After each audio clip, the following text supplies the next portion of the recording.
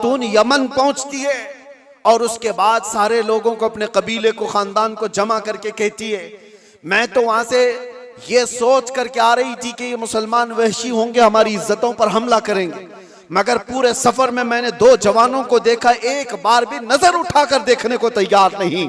میں گواہی دیتی ہوں کہ اسلام سچا ہے اور مدینہ ہی پرامن ہے۔ میں واپس جاتی ہوں اسی حرم میں جہاں رسول اللہ نے امن کے پیغام پہنچائے تھے۔ السلام علیکم، ہم آپ کے لیے لے کر آئے اچھا بیان، سنے گا تو انشاءاللہ نفع ہوئے گا۔ اب چلتے ہیں بیان کی طرف۔ یہ بیٹیوں کی حفاظت کے لیے، آپ کو پتہ ہے اورنگزیب آج دنیا بھر میں یہ جو ایک چھبی کو خراب کرنے کی کوشش کی جاتی ہے، تاریخ کو توڑ مروڑ کر بتانے کی، آپ کو پتہ ہے۔ آپ تاریخ دیکھیں، میں اورنگزیب کی پوری تاریخ بتانے کے لیے نہیں کھڑا ہوں، لیکن ایک چیز ملتی ہے، بنارس میں ایک پنڈت کے گھر ایک لڑکی تھی، جوان لڑکی، اور جب وہ جوان ہوئی تو بنارس میں اس وقت جو گورنر تھا، کوتوال تھا شاید، اس کا نام ابراہیم کچھ تھا، مسلمان تھا، عیاش قسم کا تھا، لڑکیوں کے اوپر ڈورے ڈالنا، ان کو پکڑنا، ان کو اپنے حرم میں زینت بنانا، یہ اس کے کام تھے۔ اب یہ خوبصورت جوان لڑکی پر وہ فدا ہو گیا، عاشق ہو گیا، اور اس نے کسی بھی طرح سے اس لڑکی کو حاصل کرنے کے لیے ایڑی چوٹی کا زور لگایا، اور آخر میں آ کر کے ہوا یہ کہ اس کے گھر کے اطراف حصار ہو جاتا تھا، گھیرا بندی۔ پھر پنڈت مجبور ہو گیا، اپنی بیٹی سے کہا کہ چلو، جب وہ بڑا آدمی ہے تو اس کے آگے ہم لوگ کچھ نہیں کر سکتے، بیٹی تم چلے جاؤ، تیار ہو جاؤ، وہ چاہتا ہے تم سے شادی کرنے کے لیے۔ لڑکی کو اس چیز کی بالکل بھی رضامندی نہیں تھی، اس نے کہا کہ مجھے تھوڑا وقت دے دیجیے۔ وہ ایک اس وقت سواری لیتی بنارس سے، تاریخ میں موجود ہے، اور اس نے اسی وقت دلی کا سفر اختیار کیا جہاں اورنگزیب عالمگیر جامع مسجد میں ہوا کرتے تھے۔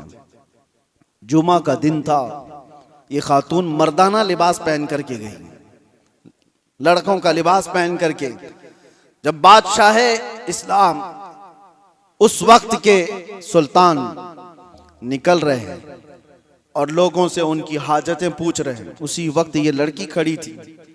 اورنگزیب نے اپنی چادر اٹھا کر کے دے دی اور کہا بیٹی اس لباس میں تمہیں اچھا نہیں لگتا، تم اپنا چہرہ ڈھانک لو، تم اپنا سر ڈھانک لو، اور تمہاری کیا حاجت ہے؟ تو اس نے کہا کہ میری حاجت کچھ طویل ہے، میں آپ کو تنہائی میں سنانا چاہتی ہوں۔ بلا لیا، دولت قدے پر وہ خاتون آئی، جوان لڑکی، اور اس نے واقعہ سنا دیا کہ آپ کا بھیجا ہوا گورنر، آپ کا بھیجا ہوا کوتوال اس طرح سے لڑکیوں کی عزت پر حملہ کرتا ہے، اور میرے گھر پر بھی اب اس کی نظر ہے اور مجھے اپنی حرم کی زینت بنانا چاہتا ہے۔ تو اورنگزیب نے کہا کہ ٹھیک ہے، واپس جاؤ، تمہارے باپ سے کہو شادی کی تیاریاں کر لیں۔ وہ لڑکی مایوس ہو گئی، جس چیز کے لیے میں بنارس سے دلی کا سفر کر کے آئی تھی، بادشاہ بھی یہی کہہ رہا ہے، لیکن ایک دل میں ایک آس تھی کہ بادشاہ نے مجھے بیٹی کہہ کر پکارا۔ واپس وہ آئی، اپنے باپ سے کہا بادشاہ نے تو یہ کہا۔ باپ نے کہا کہ بیٹا اب کہاں انصاف ہے، تم تیاری کر لو۔ ڈولی سج گئی اور شادی کا دن بھی آ گیا۔ وہ ظالم عیاش کوتوال اپنے سپاہیوں سمیت اس کی ڈولی اٹھانے کے لیے آیا اور راستے بھر میں لوگوں پر لٹاتے ہوئے جا رہا تھا، اور جیسی ہی بیچ راستے میں پہنچا، ایک فقیر آیا اور اس کو کہا کہ مجھے بھی کچھ لٹانا چاہتے ہو؟ اس نے کہا نیچے جتنی گری ہوئی ہیں وہ سب اٹھا لے۔ اس فقیر نے اس کو بگی سے نیچے کھینچ لیا، تو جیسے ہی نیچے کھینچا، یہ کوتوال جلادوں سے پکار کر کہا کہ کون فقیر ہے جو بدتمیزی کر رہا ہے، تم سب کے سب آ جاؤ۔ فقیر اپنا جبہ اٹھاتا ہے تو وہ اورنگزیب وہاں پر کھڑا ہے۔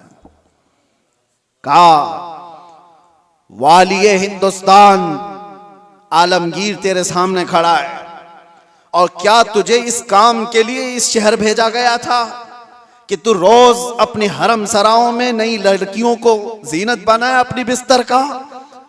اور اس کے بعد اسی وقت اس کی ساری چیزیں چھین لی گئی، پھر اس کو گھوڑے کے پیروں پر باندھ کر کھینچا گیا، اس لڑکی کی بارات جو نکلی تھی بغیر کسی چھوت کے، بغیر کسی چھوئے، عزت کے ساتھ ڈولی کو واپس اس کے گھر پہنچایا گیا اور اس کو قید میں جلادوں کے حوالے کر دیا گیا، کوتوال کو جو ظالم تھا، عیاش تھا۔ اب جب لڑکی باہر آئی تو اس نے اورنگزیب سے کہا میرے گھر چلیں۔ گھر آئے، یہ آپ کو تاریخ کی سچائیاں میں بتا رہا ہوں۔ اورنگزیب نے جاتے ہی کہا کہ مجھے 2 رکعت نماز پڑھنے دے دو۔ 2 رکعت نماز پڑھنے کے لیے، یہ کسی اور کا گھر نہیں، ایک پنڈت کا گھر ہے۔ نماز پڑھنے کے لیے جگہ دی، نماز پڑھا۔ اورنگزیب نے کہا فوراً مجھے پانی دو، شدت کی پیاس لگی ہے۔ پانی لا کر کے دیا گیا گھر سے۔ اورنگزیب نے پانی پیا، اس کے بعد جانتے ہو آنکھیں کھول کر دیکھی اور کہا جس دن اس بیٹی نے مجھے دلی میں آ کر اپنا قصہ سنایا تھا، اس دن سے ابھی تک ایک قطرہ پانی میں نے حلق میں نہیں ڈالا۔ میں نے یہ طے کر لیا تھا جب تک اس کو انصاف نہ ملے میں پانی نہیں پیوں گا۔ بیٹیوں کو لوگ دوسروں کے حرم سرا میں پہنچانے والے، تاریخ اسلام کو توڑ مروڑ کر پیش کرنے والے، ذرا اس تاریخ کو بھی دیکھیں۔ اور میرے عزیزو، یہ ایسی ویسی بات نہیں۔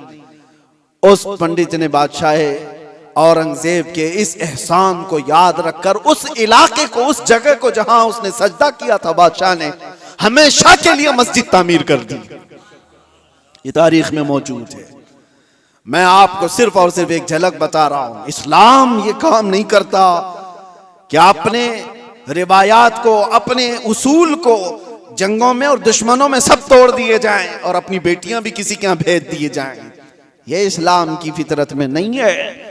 اسلام اصول کی سچائیوں 16-17 سال کی ایک جوان خوبصورت لڑکی کو دلہن بنا کر کے اس کا جلوس نکالتے اور دریائے نیل کے پاس لا کر کے اس کو ذبح کرتے اور اس کا خون دریائے نیل میں ڈالا جاتا، بلی چڑھانا جس کو کہتے۔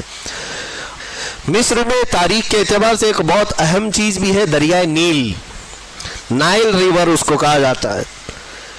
یہ دنیا کی سب سے لمبی نہروں میں یعنی دریاؤں میں سے ہے۔ تو دریائے نیل کا مسئلہ کیا تھا وہ میں آپ کو بتاؤں۔ اسلام جب مصر میں داخل ہوا، حضرت عمرو بن عاص رضی اللہ تعالیٰ عنہ صحابی رسول، مصر فتح کیا، صحابہ وہاں داخل ہوئے، لوگ اسلام میں آئے، لیکن وہاں ایک بری رسم، برا رواج تھا۔ وہ کیا تھا؟ ایک پرمپرا لوگوں کی چلی ہوئی تھی جہالت کے زمانے میں کہ دریائے نیل ہر سال ایک موسم ایسا آتا تھا کہ وہ سوکھ جاتا تھا، پانی کم ہو جاتا تھا، اور ان کا عقیدہ یہ تھا مصریوں کا کہ اپنی 16-17 سال کی ایک جوان خوبصورت لڑکی کو دلہن بنا کر کے اس کا جلوس نکالتے اور دریائے نیل کے پاس لا کر کے اس کو ذبح کرتے اور اس کا خون دریائے نیل میں ڈالا جاتا، بلی چڑھانا جس کو کہتے۔ اور یہ ایک لڑکی کو قربان کرتے تو پھر دریائے نیل کا پانی موجیں مارتا ہوا اوپر آ جاتا۔ یہ ہر سال ان کے ساتھ ہوتا تھا۔ ان کا عقیدہ بیٹھ گیا تھا کہ دریائے نیل کو ہر سال ایک بلی چڑھانی پڑتی ہے، ایک لڑکی کی قربانی دینی پڑتی۔ اب جب اسلام داخل ہوا تو اسلام اس چیز کی ہرگز اجازت نہیں دیتا، یہ ناجائز و حرام ہے۔ ایک قتل، اللہ تعالیٰ نے قرآن میں فرمایا نا حق کسی نے ایک کا قتل کیا تو اس نے پوری انسانیت کا قتل کیا ہے۔ حضرت عمرو بن عاص کے پاس لوگ آئے اور کہا کہ دریائے نیل سوکھ رہا ہے، پانی ختم ہونے کو ہے، کیا کیا جائے؟ آپ نے کہا تو اللہ کی مصلحت ہے، دریا سوکھے گا تو پانی بھی آ جائے گا۔ کہا نہیں، اس دریا کو ہر سال ایک جوان لڑکی کی قربانی دینی پڑتی ہے، تبھی وہ دریا پھر سے واپس پانی میں موجیں لاتا ہے۔ آپ نے کہا ایسے کیسے ہو سکتا ہے؟ کہا تاریخ ہے، سب یہی کہنے لگے، اور اس کے بعد پانی کی قلت ہوتی گئی تو حضرت عمرو بن عاص گھبرا گئے کہ وہ گورنر ہیں وہاں پر، اب نئے گورنر ہیں، انہیں پورا ملک سنبھالنا ہے، لوگ جب پانی کی شدید قلت کا احساس کریں گے تو پھر کیا ہوگا؟ تو حضرت عمرو بن عاص نے خط لکھا، کس کو؟ حضرت عمر بن خطاب رضی اللہ تعالیٰ عنہ، امیر المومنین، غلام مصطفیٰ، نبی کریم صلی اللہ علیہ وسلم کے اس سچے جانشین کو خط لکھا جب ان کا دور تھا۔ کہا کہ یہاں ایک ایسا مسئلہ ہے، دریائے نیل سوکھ جاتا ہے اور ہر سال یہ لوگ ایک 16-17 سال کی جوان لڑکی کی قربانی دیتے، پھر پانی موجیں مارتا ہوا اوپر آ جاتا ہے۔ اب اس سال کیا کیا جائے؟ ہماری حکومت ہے، اسلام آیا ہے امن و امان کے ساتھ۔ حضرت عمر بن خطاب کے پاس جب یہ خط پہنچا تو آپ نے جواب لکھا، جواب میں 2 خط لکھے. حضرت عمرو بن عاص سے کہا کہ تم جس طرح سے اسلام کو قائم کیے اسی طرح سے قائم رکھو. شریعت مصطفیٰ کا نفاذ ہر حال میں ضروری ہے. لوگوں کو نماز روزے کی تلقین کرتے رہو. اور ایک خط میں حضرت عمرو بن عاص کو مخاطب کر کے کہتے ہیں حضرت عمر، ایک خط یہ تو میں تم کو لکھ رہا ہوں اور ایک اور خط بھیج رہا ہوں جو دریائے نیل کے نام پر لکھ رہا ہوں. ہے کوئی دنیا میں جو کسی دریا کو بھی خط لکھتا ہو؟ یہ صرف میرے رسول کے غلاموں کا حال ہے. کہا ایک خط میں دریائے نیل کے نام پر لکھ رہا ہوں، یہ دریائے نیل کو دے دینا. اور دریائے نیل کو خط لکھا، بسم اللہ الرحمن الرحیم. اے دریائے نیل، عمر بن خطاب رسول اللہ کا غلام تجھ سے کہتا ہے اللہ کے حکم سے اگر تو بہتا ہے اے دریا تو عمر ابن خطاب کا حکم ہے کہ جیسا بہتا تھا ویسے رواں ہو جا، اور اگر اللہ کے حکم سے نہیں بہتا تو تیرے بوند ایک پانی کے قطرے کی بھی ہمیں کوئی ضرورت نہیں. یہ خط لکھ کر کے بند کر کے دے دیا. حضرت عمر بن عاص کے پاس 2 خط آئے. ایک خط ان کا تھا، پڑھا اور کہا دوسرا خط دریائے نیل کا ہے. حضرت عمر بن عاص نے کہا دریائے نیل کے لیے ہم پر بھی خط آیا ہے. لے کر کے گئے اور دریائے نیل میں وہ خط ڈالا. جیسی ہی خط ڈالا روایتوں میں موجود ہے 16 گز پانی اوپر موجیں مارتا ہوا ہے. ان کے جو ہم غلام تھے خلق کے پیشوا رہے. کون نہیں مانتا ان کے حکم کو؟ کون ہے جو ان کے حکم کے خلاف جائے؟ دریا ہے. اسی لیے شاعر نے کہا تھا میرے عزیزوں، حضرت سعد بن ابی وقاص ایک اور صحابی ہیں 10 مبشرہ میں سے، یہ عراق فتح کر کے داخل ہوئے تھے. 400 صحابہ ان کے ساتھ تھے. عراق کے بعد جب یہ آگے بڑھ رہے تھے، وہ مسلمان کیسے تھے جن کو اقبال نے کہا تھا تھمتا نہ تھا کسی سے سیل رواں ہمارا، باطل سے ڈرنے والے اے آسمان نہیں ہے ہم، 100 بار کر چکا ہے تو امتحان ہمارا. یہ لوگ کہیں رکتے ہی نہیں تھے، ان کی کوئی سرحد ہی نہیں تھی. ایک علاقہ فتح ہو گیا تو بس کافی ہے نہیں، آگے بڑھنا ہے. حضرت سعد بن ابی وقاص جب عراق فتح کر چکے تو عراق سے متصل ایران بھی ہے جس کو فارس کہا جاتا تھا پہلے. ایران اور عراق کے بیچ میں دریائے دجلہ ہے.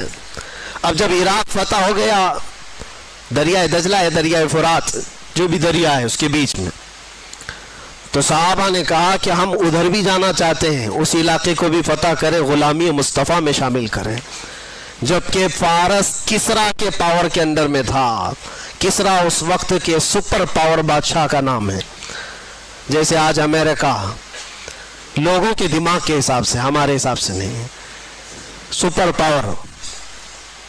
میرے عزیزوں، سعد بن ابی وقاص سے جب صحابہ نے کہا ادھر جانا ہے، کہا بیچ میں دریا ہے کیسے جائیں گے؟ حضرت سعد بن ابی وقاص نے کہا تم میرے ساتھ چلو گے؟ صحابہ نے کہا کیسے؟ ادھر ایرانی فوج نے جتنے برج تھے دریا کے اوپر پار کرنے والے سب توڑ ڈالے تھے. جو لکڑیوں کے تھے وہ جلا ڈالے تھے، سب ختم کر ڈالے تھے، کیونکہ انہیں ڈر تھا یہ محمد عربی کے غلام رکتے کہیں نہیں ہیں، یہ اگر ادھر سے ادھر کراس کر کے آ گئے تو ہماری بھی خیر نہیں. سب توڑ ڈالے. اس کے بعد وہ ایرانی فوج کی تاریخ بھی موجود ہے تاریخ طبری میں. وہ لوگ دیکھتے رہے تماشا کہ یہ 400 لوگ کیا کر پائیں گے دریائے بیچ میں. حضرت سعد بن ابی وقاص نے اپنے صحابہ سے کہا چلو. سب نے پوچھا نہیں کیسے جانا ہے. اپنے قائد، اپنے جو لیڈر تھے حضرت سعد بن ابی وقاص سپہ سالار، ان کے پیچھے چل پڑے. پھر کسی نے پوچھا کس راستے سے جا رہے؟ سعد بن ابی وقاص نے کہا دریا سے جائیں گے. اور کیسے جائیں گے؟ گھوڑوں پر بیٹھے ہوئے ہیں، دریا سے جانے کی بات کرتے ہیں. کیا تمہارا گھوڑا اتنی چھلانگ لگائے گا کہ اس دریا کو کراس کر جائے گا؟ سعد بن ابی وقاص نے کہا کوئی چھلانگ لگانے والا گھوڑا نہیں، چل کر کے ہی جائے گا. یہ تاریخ میں پہلی بار ہو رہا ہے. سعد بن ابی وقاص نے کہا میرے پیچھے چلو. صحابہ نے سب اپنے اپنے گھوڑے ان کے ساتھ لگا دی. سعد بن ابی وقاص کا گھوڑا پہلی مرتبہ دریائے دجلہ پر پاؤں رکھتا ہے، آپ نے اللہ اکبر کہا. دوسرا پاؤں رکھتا ہے، آپ نے اللہ اکبر کہا. صحابہ نے دیکھا سعد بن ابی وقاص کا گھوڑا دریائے دجلہ پر چلتا ہوا جا رہا ہے، اس کے ٹاپ پر کوئی پانی کا نشان بھی نہیں ہے. پانی تک بھی نہیں تو سارے صحابہ پانی پر چلتے ہوئے چلے گئے، چلتے ہوئے چلے گئے۔ یہ تاریخ کی سچائیاں میں بتا رہا ہوں۔ ایرانی فوج اس وقت ملک فارس کی، کسرا کی فوج یہ دیکھ کر کے کیا کہتی ہے جانتے ہو؟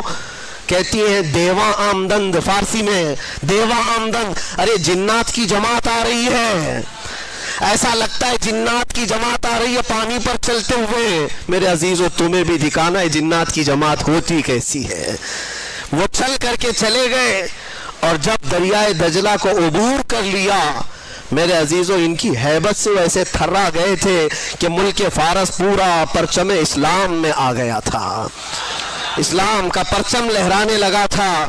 عزیزان گرامی وقار، اسی بات کو اقبال نے کہا تھا کہ یہ تھمتا نہ تھا کسی سے سیل رواں ہمارا، اور شاعر نے کیا کہا؟ دشت تو دشت ہے دریا بھی نہ چھوڑے ہم نے، بحر ظلمات میں دوڑا دیے گھوڑے ہم نے۔ یہی واقعات تھے، لیکن مجھے بتاؤ، ایک دریائے نیل ہے حکم مان رہا ہے عمر ابن خطاب کا، ایک دریائے دجلہ ہے حکم مان رہا ہے سعد ابن ابی وقاص کا۔ اس لیے نہیں کہ یہ لوگ جادوگر تھے، اس لیے نہیں کہ بہت پاورفل لوگ تھے، صرف اس لیے مان رہے ہیں یہ سارے لوگ حکم ان کے جو ہم غلام تھے، ان کے جو ہم غلام تھے، خلق کے پیشوا رہے۔ مان کر کے دیکھو، حضور پاک صلی اللہ تعالیٰ علیہ وسلم کی امت میں اللہ نے تمہیں پیدا کیا ہے، تمہاری عظمت بہت بلند ہے، تمہاری ویلیو کو تم پہچانو۔ ہاں ہمارے ساتھ چیلنجز ہیں، ہمارے ساتھ مقابلے ہوں گے، لیکن اللہ تبارک و تعالیٰ کی حمایت بھی ہوگی۔ میں آپ کو تحدیث نعمت کے طور پر کہتا ہوں، تحدیث نعمت کے طور پر، میں اپنی بڑائی کے لیے نہیں کہتا، آج اس لیے صرف اظہار کر رہا ہوں کہ میں یہی رات رہی ہوگی یا اس سے پہلی والی رات رہی ہوگی، مجھے اندر ایسا بند کر دیا گیا تھا کہ دن و رات بھی معلوم نہ پڑے، نمازوں کے وقت کا خیال اندازے پہ کرنا پڑ جائے۔ جس کو ایسی ہائی سیکیورٹی کہا جاتا ہے جہاں پرندہ بھی پر نہیں مارتا، وہ تو دنیا بھر کو معلوم ہے میرا جرم کیا تھا۔ ہمارا جرم صرف اتنا ہے، جرم اتنا ہی ہے کہ حق بولتا ہوں برملا، چاٹنا کسی کے تلوے ہے نہیں فطرت میری۔ میں آپ کو ایک بات بتا رہا ہوں، 4 یا 5 دن سے بھوک اور پیاس کی شدت تھی، ایک لقمہ بھی میں نے کھایا اور پیا نہیں تھا، اور موت کا انتظار کر رہا تھا، شاید موت آ جائے گی، لیکن جس جگہ پر میں لیٹا ہوا تھا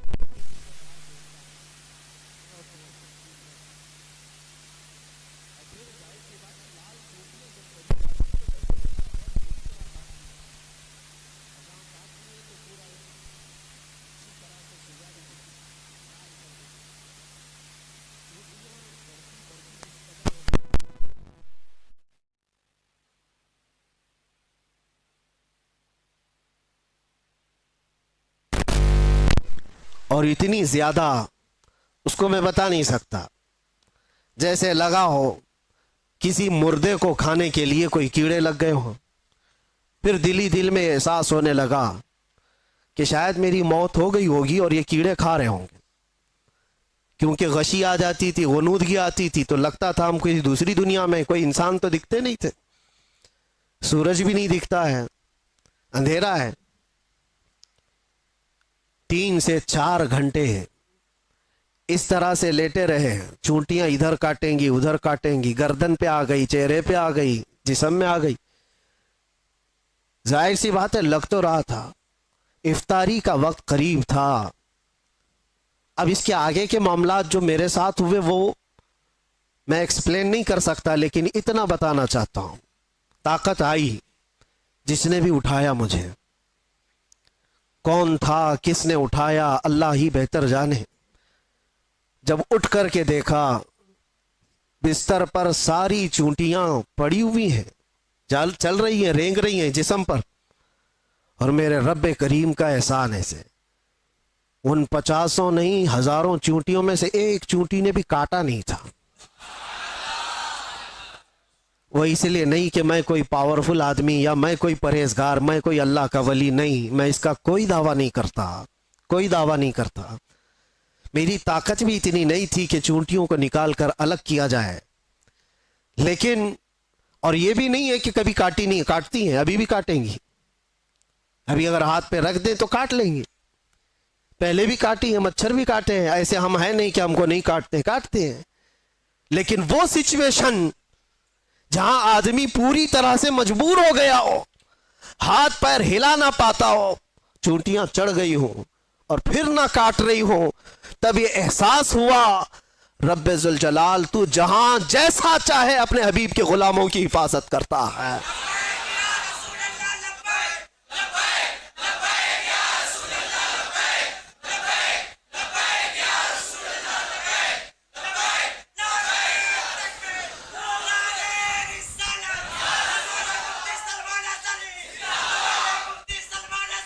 آپ کو مجھے وہ حدیث یاد آئی جب صحابہ اکرام رضوان اللہ تعالیٰ علیہ مجمعین کی ایک جماعت کو اللہ کے نبی صلی اللہ تعالیٰ علیہ وسلم نے تبلیغ کے لیے بھیجا تھا۔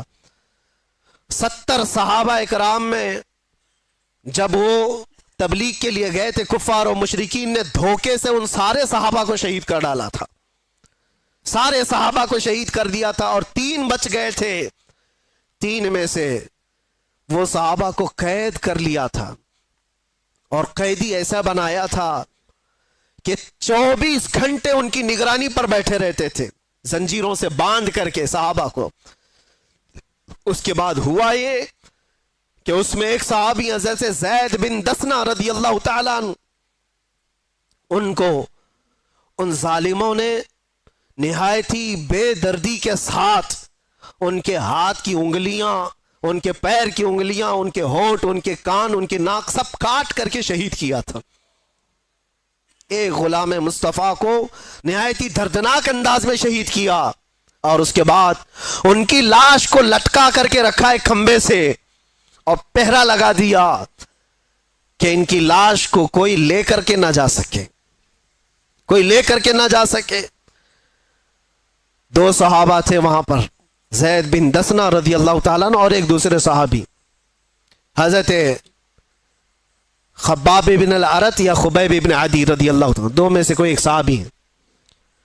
اللہ کے نبی صلی اللہ علیہ وسلم مدینہ طیبہ میں بیٹھے ہیں، حضور پاک صلی اللہ علیہ وسلم نے فرمایا ظالموں نے میرے غلاموں کو شہید کیا ہے میرے غلاموں میں سے کوئی جو بچے ہوئے میرے ان صحابہ کی لاشوں کو لے کر کے آئے میرے پاس۔ 2 جری صحابہ تھے، حضرت طلحہ، حضرت زبیر رضی اللہ تعالیٰ عنہ، گھوڑا لے کر یہ 2 ہی لوگ نکلے تھے۔ تقریباً 500 کے قریب کفار جس کی پہرہ داری کر رہے ہیں، ان پہروں میں سے وہ صحابہ کی لاش کو لانے کے لیے صرف نبی کے 2 غلام نکلے تھے۔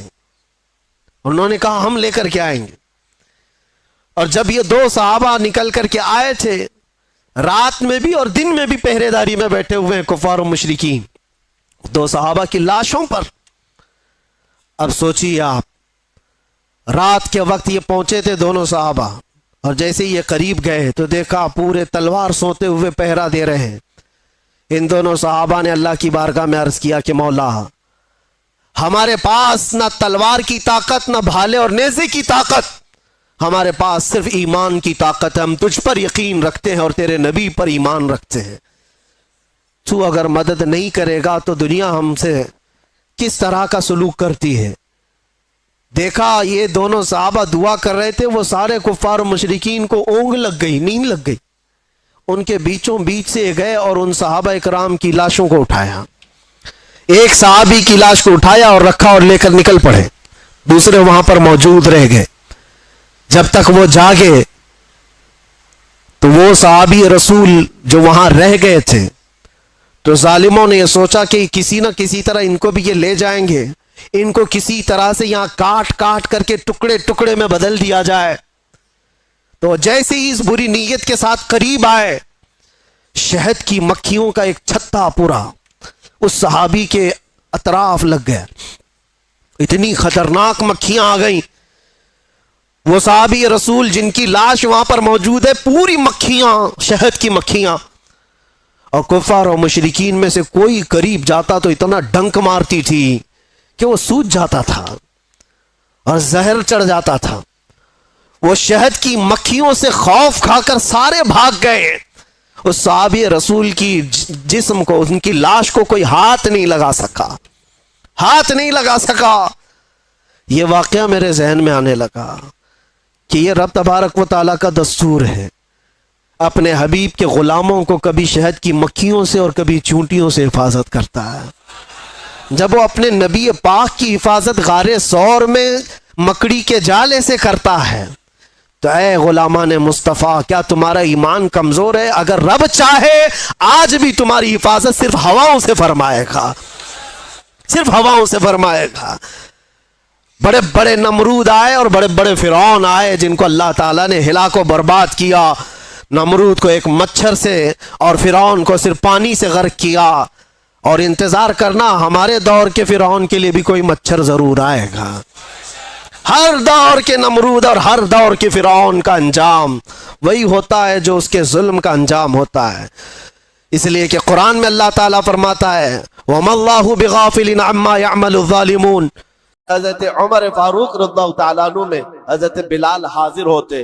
بلال، ان کی کیفیت کیا تھی؟ وہ بھی مکہ کے ایک غلام تھے، حبشی غلام۔ حبشی غلام اس وقت مکہ میں حقارت سے دیکھتے تھے لوگ، کالے رنگ کا ہوتا ہے، چوڑی ناک کا ہوتا ہے، لیکن سیدنا بلال حبشی کی بات یہ ہے، امیر المومنین عمر ابن خطاب، جس کے رعب و دبدبے کا حال یہ ہے قیصر و کسریٰ کی فوجیں تھر تھر کانپتی ہو، وہ امیر المومنین جس کے بو سے، جس کی صرف اور صرف ہوا سے، جس کی خوشبو سے شیطان راستہ بدل لیتا ہو۔ جب بلال حبشی ان کی محفل میں آتے تو کیا کہہ کر پکارتے جانتے ہو؟ یا سیدنا بلال، یا سیدنا بلال، اے ہمارے آقا بلال آئیے، اے ہمارے آقا بلال آئیے۔ حضرت بلال کہتے حضور یہ آپ کی زبان سے اچھا نہیں لگتا، میں غلام ہوں، مجھے غلام کہہ کر پکارے، آپ سیدنا کہتے۔ کون کہہ رہا ہے سیدنا؟ عمر ابن خطاب۔ کس کو کہہ رہے؟ بلال حبشی کو۔ سیدنا بلال آئیے۔ حضرت بلال جب کہتے امیر المومنین آپ یہ نہ کہیں سیدنا، مجھ کو غلام کہہ کر پکارے، حضرت عمر کیا کہتے تھے؟ آئیے آپ کو میں بتاؤں کیوں سیدنا بلال کہہ کر پکارتا ہوں۔ آپ اپنا جبہ اٹھائیں۔ جب وہ جبہ اٹھاتے، ان کی پیٹھ پر جو داغے ہوئے نشان تھے، حضرت عمر اس کو بوسہ لیتے تھے اور چومتے تھے اور کہتے اے بلال، جو رسول اللہ کی محبت میں زخم تم نے کھائے وہ زخم ہم نے نہیں کھائے ہیں۔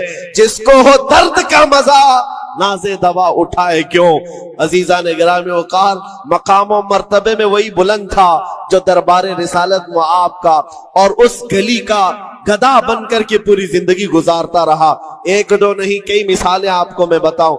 ایک صحابی ہے مصعب بن عمیر، یہ رسول پاک صلی اللہ تعالی علیہ وسلم کے ایمبیسیڈر کہلاتے تھے، ترجمان رسول تھے، سفیر رسول تھے۔ ان کی کیفیت کیا ہے؟ اللہ اکبر۔ تاریخ میں لکھا ہے یہ 27 سال کے کڑیل جوان اور مکہ میں ایسے لباس پہنتے تھے کہ ریشم کا لباس، ان کا لباس مشہور تھا، اور مکہ کی گلیوں میں جب گھومتے تھے ان کا عطر جو لگاتے پوری گلیوں میں خوشبو آتی۔ مہنگا لباس پہنتے، مہنگا عطر استعمال کرتے۔ دامن مصطفیٰ سے جب وابستہ ہوئے، یہ مصعب بن عمیر، ان کی ماں بھی کافرہ ہے، باپ بھی کافر ہے اور سخت ترین دشمنان رسول ہیں۔ شروع میں آپ نے اپنا اسلام چھپائے رکھا۔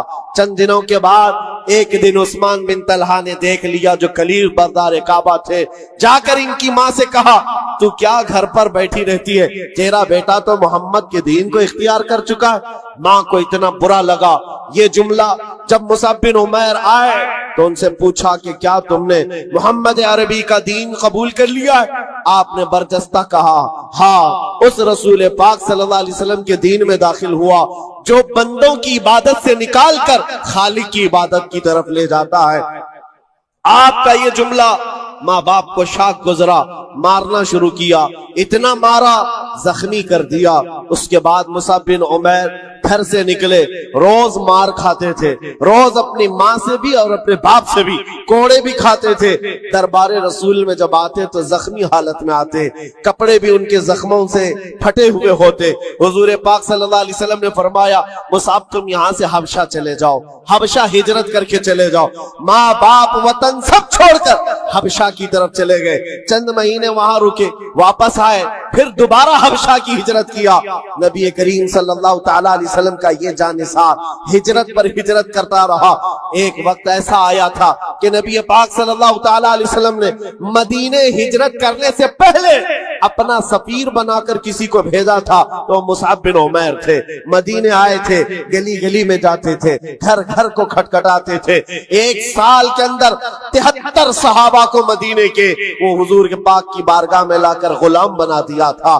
نبی پاک صلی اللہ تعالی علیہ وسلم کے دربار کے ایسے غلام بنائے، عام لوگ نہیں ہیں۔ سعد بن عبادہ، سعد بن معاذ، یہ انصار قبیلوں کے سرداروں کو اسلام پہنچانے والا وہ کڑیل جوان۔ میں بات کس لیے کر رہا ہوں سنو ذرا، زندگی تھوڑی سی مجھے بتانی ضروری ہے۔ وہ مصعب بن عمیر جو ریشم کا لباس پہنتا، جو مہنگے عود اور عطر استعمال کرتا، دامن مصطفیٰ میں آیا ہے، ہجرت پر ہجرت ہے، وطن چھوٹا ہے، کبھی حبشہ کے چکر، کبھی افریقہ کے چکر، اور اس کے بعد کبھی یثرب، یہاں پر آپ آ کر آباد ہوتے رہے۔ جب رسول پاک صلی اللہ تعالی علیہ وسلم مدینے تشریف لائے تھے، اللہ اکبر، استقبال کرنے والوں میں سب سے آگے بڑھ کر مدینے والوں کو جو بتایا تھا کون تھا جانتے ہو آپ؟ حضور جب تشریف لا رہے تھے، مدینے آ رہے تھے، حضرت ابو بکر صدیق اپنا کرتا اٹھا کر کے لوگوں کے یعنی ہلا ہلا کر جھنڈا بنا کر بتا رہے تھے حضور پاک صلی اللہ تعالی علیہ وسلم یہ میرے آقا ہیں۔ مصعب بن عمیر نے مدینے والوں کو دور سے دیکھ کر کے بتایا تھا کہ جو کپڑا ہلا رہا ہے وہ رسول اللہ کا غلام خاص ہے، اور جو چمکدار چہرہ مدینے میں طلوع ہو رہا ہے وہ محمد رسول اللہ کا ہے۔ مصعب بن عمیر یہ مدینہ طیبہ میں سفیر اسلام ہے، سفیر رسول ہے۔ تھوڑے دنوں کی بات ہے میرے عزیزوں، جیسے حضور تشریف لائے، جانتے حضور کے پاس جس وقت وہ آئے تھے مدینے میں، میرے آقا صلی اللہ علیہ وسلم کی آنکھوں میں آنسو آ گئے مصعب بن عمیر کو دیکھ کر۔ کس وجہ سے؟ صحابہ کہتے ہیں مصعب بن عمیر کے پورے جسم میں پہننے کے لیے کوئی کپڑا نہیں تھا، ایک بکری کی کھال کو لپیٹ کر کے اس پر کانٹے لگا لیے تھے، بکری کی کھال، اور جگہ جگہ سے وہ بھی پھٹی ہوئی ہے، وہ پہن کر کے حضور کے بارگاہ میں آئے۔ میرے آقا صلی اللہ علیہ وسلم انہیں دیکھ کر رو پڑے، لوگوں سے کہا جانتے ہو یہ میرا مصعب، یہ مکہ کی گلیوں میں جب چلتا تھا اس کے عطر کی خوشبو پوری گلیوں میں ہوتی، سب سے مہنگا لباس پہنتا، ریشم کا لباس پہننے والا مصعب بن عمیر آج بکری کی ایک کھال میں اپنا جسم چھپا رہا ہے۔ عزیزان گرامی وقار، ساری عیش کی زندگی ترک کیا تھا صرف اسی گلی کے لیے، پھر کے گلی گلی تباہ، ٹھوکریں سب کی کھائی کیوں، دل کو جو عقل دے خدا تیری گلی سے جائے کیوں۔ نبی رحمت صلی اللہ تعالی علیہ وسلم نے اپنی چادر اٹھا کر ان کو عطا کی تھی، اور اس چادر کو لے کر زندگی بھر گزارتے رہے۔ جب جنگ احد کا موقع آیا، بدر میں شریک رہے، احد میں آئے، سنو اس مصعب بن عمیر کی زندگی بتا رہا ہوں۔ نوجوانوں تمہیں ایسا لگتا ہے زندگی کی عیش یہی اصل ہے؟ تم آج اگر ایک وقت کا کھانا نہیں ملتا تو چھڑ جاتے ہو، تمہاری پسند کے کپڑے نہیں ملتے، گھر چھوڑ کر بھاگ جاتے ہیں۔ کچھ لڑکیاں تو آج یہ کہتی ہے میرا باپ مجھے کیا دلاتا ہے، یہ آج 6 مہینے کا جو اس کا فرینڈ بنا ہے یہ اس کو اچھے خاصے کپڑے دلا رہا ہے۔ یہ سب تو آج معیار بنا ہوا ہے جینے کا۔ اس مصعب بن عمیر کی زندگی صرف اس لیے بتا رہا ہوں، عیش و عشرت کو ترک کیا تھا اس رسول پاک صلی اللہ تعالی علیہ وسلم کی غلامی میں۔ جانتے ہو احد کے میدان میں ایک وقت ایسا آیا کہ شیطان نے افواہ گرم کر دی تھی کہ محمد رسول اللہ کا انتقال ہو گیا صلی اللہ علیہ وسلم۔ معاذ اللہ،